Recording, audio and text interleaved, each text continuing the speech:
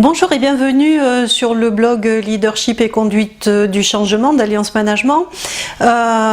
Bienvenue dans cette rubrique du défi du top 50 des astuces pour responsables efficaces et sereins. L'astuce de la semaine. L'astuce de la semaine aujourd'hui sera sur comment se faire écouter par notre interlocuteur, comment être sûr d'être compris par lui. Vous savez, nous avons tous vécu ces situations dans lesquelles notre interlocuteur suit le fil de ses pensées et vous avez beaucoup de difficultés à vous faire entendre, à vous faire comprendre, à être sûr qu'il a entendu ce que vous lui dites.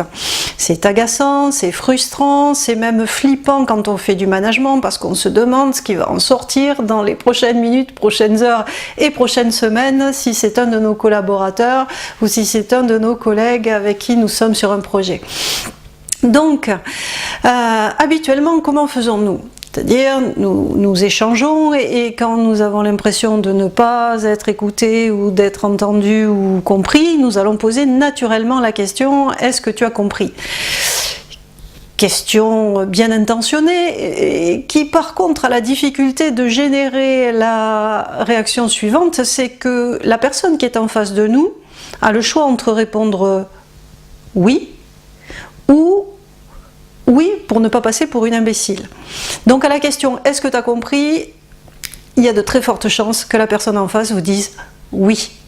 Et vous ne serez pas plus avancé pour savoir si elle a vraiment compris ou entendu ce que vous venez de lui dire ou de lui demander. Aussi, l'astuce de la semaine, c'est un petit QU apostrophe qui change tout. Magnifique, un petit QU apostrophe qui change tout. Comment cela opère?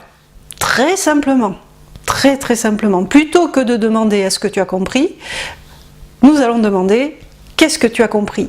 Et là, si l'interlocuteur nous dit oui, nous sommes devant un cas désespéré. Donc la plupart du temps, nous aurons une réaction qui sera basiquement celle de répéter ce que la personne a compris. Très souvent, vous constaterez que vous aurez un grand silence parce que finalement l'autre suivait son fil et ne vous écoutait pas. Il n'y aura plus qu'à recommencer ce que vous lui disiez et à reposer la question. Je ne suis pas sûre d'avoir été claire ou de m'être bien exprimée. Qu'est-ce que tu as compris? Voilà. Donc, les jours qui vont venir, les heures qui vont venir, je pense que la vie sera assez sympathique pour vous amener quelques situations du genre, c'est-à-dire des personnes qui ne vous écoutent pas. À ce moment-là, ne vous agacez pas, prenez une respiration, arrêtez-vous, lâchez votre point de vue, sortez, ne faites pas la bernique accrochée à son rocher, lâchez. Passez donc de l'autre côté en lui posant, lui reformulant ce qu'il vient de dire et surtout posez-lui la question ensuite. Je ne suis pas sûre d'avoir été clair sur ce que je t'ai dit ou demandé, qu'est-ce que tu en comprends? Et là, enfin, vous allez mesurer pleinement si votre message est passé. Bonne semaine, appliquez, amusez-vous, et surtout, si ça vous amène une valeur ajoutée, n'hésitez pas à la partager. N'hésitez pas à partager aussi l'astuce, et à bientôt.